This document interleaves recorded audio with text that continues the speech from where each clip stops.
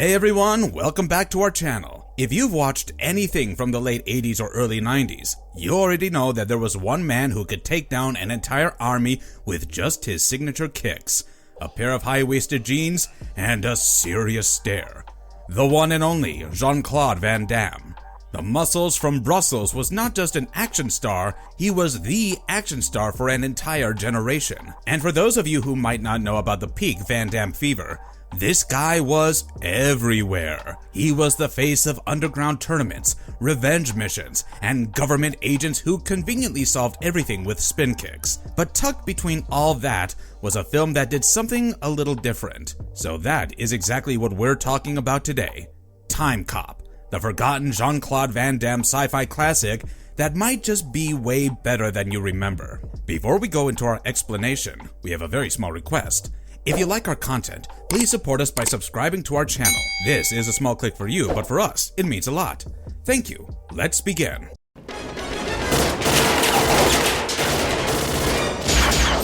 Timecop. What even is this movie? Alright, so let's rewind the clock to 1994, when Timecop first hit theaters. This film landed right in the middle of Jean-Claude Van Damme's golden era, and it was directed by Peter Hames, who also gave us action staples like Sudden Death and The Relic, and honestly, it made a lot more movie than people remember. Over $100 million at the box office. So what's it all about? Well, the year is 2004, the future. At least what 1994 thought 2004 would look like. The economy is a total mess. Technology has grown a lot, and someone has finally figured out how to send people back in time. Naturally, humanity immediately starts doing shady stuff like manipulating the past for their own personal benefit. Pretty classic, right? To stop all this timeline tampering, the government forms a new agency, the Time Enforcement Commission, or TEC. Their job is to chase down time-traveling criminals and keep history from turning into a jumbled mess. Which, honestly, sounds kinda cool. In fact, it kinda reminds me of Legends of Tomorrow. If any of you have watched that, do let me know if you thought the same when you heard just this. Anyways, getting back to our story, we meet Max Walker, played by Van Damme, our lead TEC agent, complete with a tragic backstory. So, 10 years before the events of the film, his wife Melissa was murdered in a home invasion that he knew was not random. Now, Max is all business, traveling through different time periods to stop crooks from messing with the timeline, but you can feel he's still haunted by what happened. Things heat up when Max starts looking into a bigger conspiracy involving Senator Aaron McComb. This guy is the kind of politician who does not just lie for votes. He actually jumps through time to make himself richer and more powerful. Max starts connecting the dots and realizes McComb is not just manipulating history, he is rewriting it to build his empire, no matter the cost. McComb plans to bankroll his campaign for the presidency by exploiting the past, and he is willing to kill anyone who would get in his way, including Max. So, Max goes on a series of missions, leaping across time to stop McComb's goons and prevent irreparable damage to the timeline. Along the way, he even bumps into a past version of himself, which the film makes clear is a major mistake. But here's the twist. Max's personal loss, his wife's death, turns out to be tied directly to McComb's rise to power. The attack that killed Melissa was not random. McComb had her killed to keep Max off his trail. So yeah, now it is very personal. The movie then builds up to a final showdown back at his old house, the very night Melissa died. Max confronts McComb, fights off the thugs, and plays with time travel to outsmart the villain and erase McComb from the timeline. We'll get into how he does this soon. Just wait for it. With McComb erased from the timeline, history reshapes itself. Max returns to a present that is different. The corruption is gone. The TEC is running smoothly. And most importantly, his wife is alive. The timeline has been corrected. And for the first time in 10 years, Max gets a second chance at the life he lost. Pretty fun story, right? Why does it stand out in Van Damme's filmography? So, let's be honest. When you hear Jean-Claude Van Damme and time travel in the same sentence, you probably don't expect a lot of emotional depth in the film. You would most likely assume that it is just another action film that fans will probably enjoy. But Timecop was different. It was not just another round of Van Damme kicking people. It had layers. The film stands out in his filmography because, for once, Van Damme was not just playing the character of just one man wrecking everything, he was playing a man who had already been wrecked. And instead of just punching his way out of a problem, His character had to carry the emotional weight of losing his wife, navigating bureaucratic corruption, and facing the altering of time. At the time, reviewers even called this his best movie yet, while also mentioning that it still did not make him much of an actor. Let's put this into context with the rest of his 90s career. You had Bloodsport, which turned him into a martial arts icon, Universal Soldier, where he was basically a resurrected killing machine with PTSD, and Hard Target. All fun, all iconic in their own right. But Timecop brought something extra to the table. It was Van Damme's highest grossing film at that point, and the money it brought in is wild for a mid-budget sci-fi flick. A lot of that success comes down to how the film balanced Van Damme's physicality with an actual emotional arc. He is still doing the classic Van Damme moves, but underneath all that is a character who is going through a lot more. Jean-Claude Van Damme doesn't just bring the kicks, he brings the charisma too. Sure, his physical abilities are insane, but there's real heart behind his performances, especially in Timecop. He gives his characters just enough emotional depth to make you care, and in this case, he's basically playing two versions of the same guy. The younger Max Walker is warm, light, and genuinely happy. He's in love, full of hope, and you can feel that passion in every scene. Fast forward 10 years and the older Max is colder, rougher, and way more guarded. He has lost almost everything, and now he's just focused on the mission. Van Damme does a surprisingly great job balancing both sides of the character. You can feel the emotional thread connecting the young Max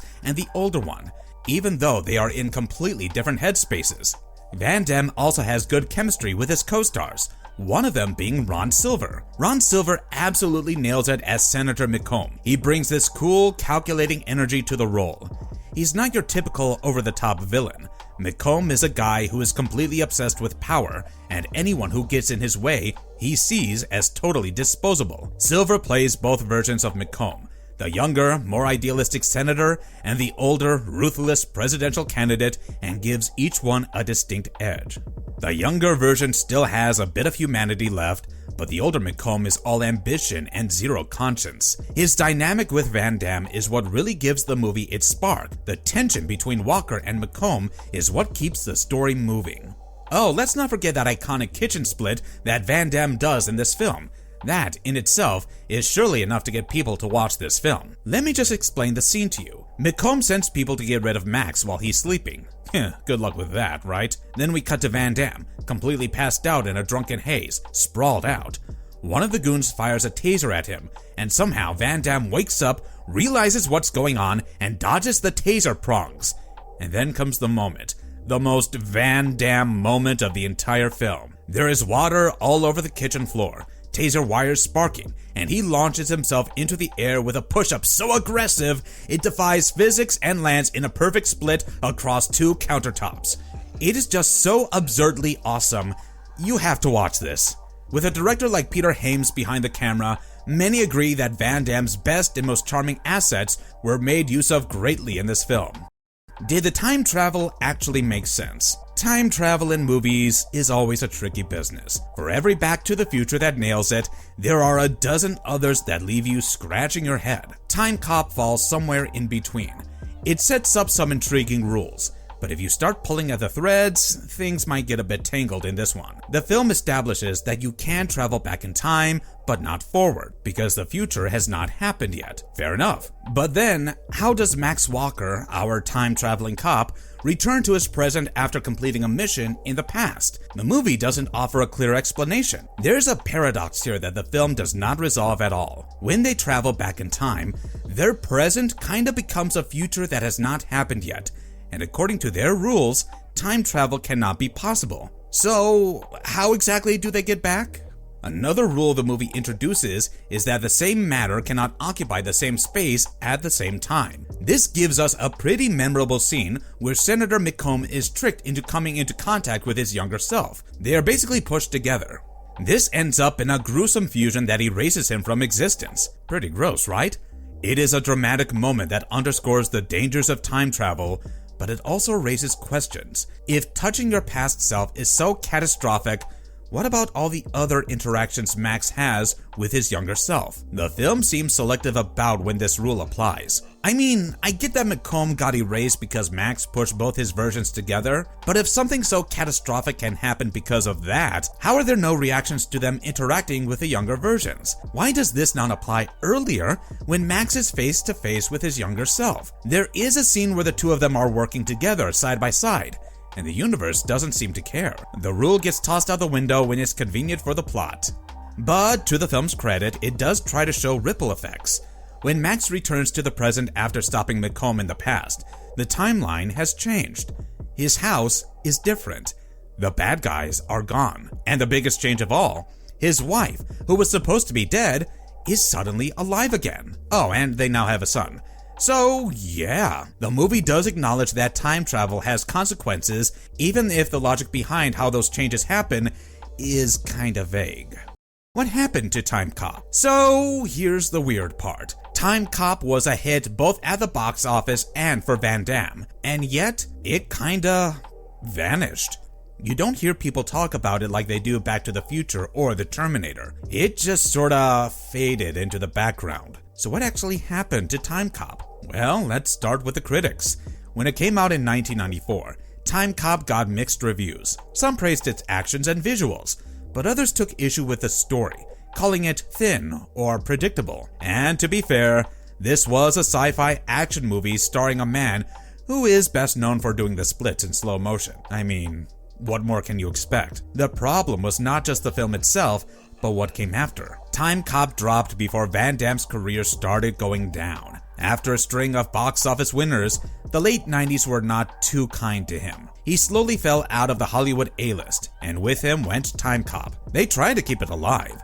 There was a short-lived Timecop TV series in 1997. It lasted all of one season before disappearing. Then a direct-to-video sequel, Timecop 2: The Berlin Decision, came out in 2003.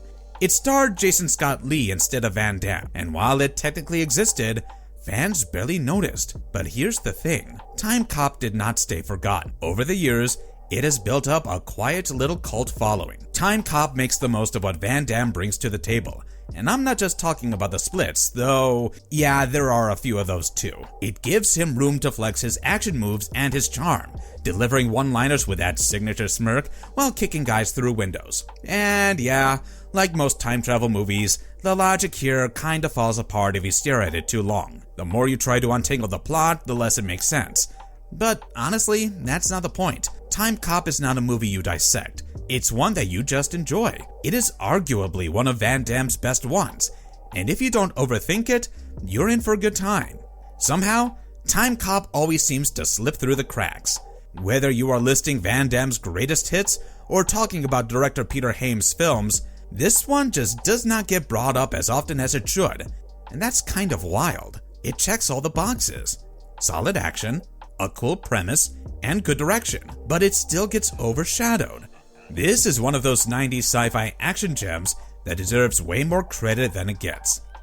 Marvelous verdict. Well, with that guys, we've come to the end of yet another marvelous video. This film kinda has everything a 90s sci-fi action fan could ask for. Sure, the time travel logic has a few bumps, but it's still nicer than most movies in this genre. Now, I want to hear more from you. Have you ever watched Timecop? If so, do you think it deserves more love than it gets? And do you all think a proper sequel or a reboot would work today if they actually brought Van Damme back? For those of you who have never watched this, would you consider watching after this video? Let us know your thoughts in the comments section below. If you enjoyed the video, please remember to like, share, and subscribe to our channel for more videos like this. Thanks for watching guys, till next time. And if you liked our content, don't forget to leave a like and subscribe to us if you haven't already. Have a good one, be safe, and thanks everyone.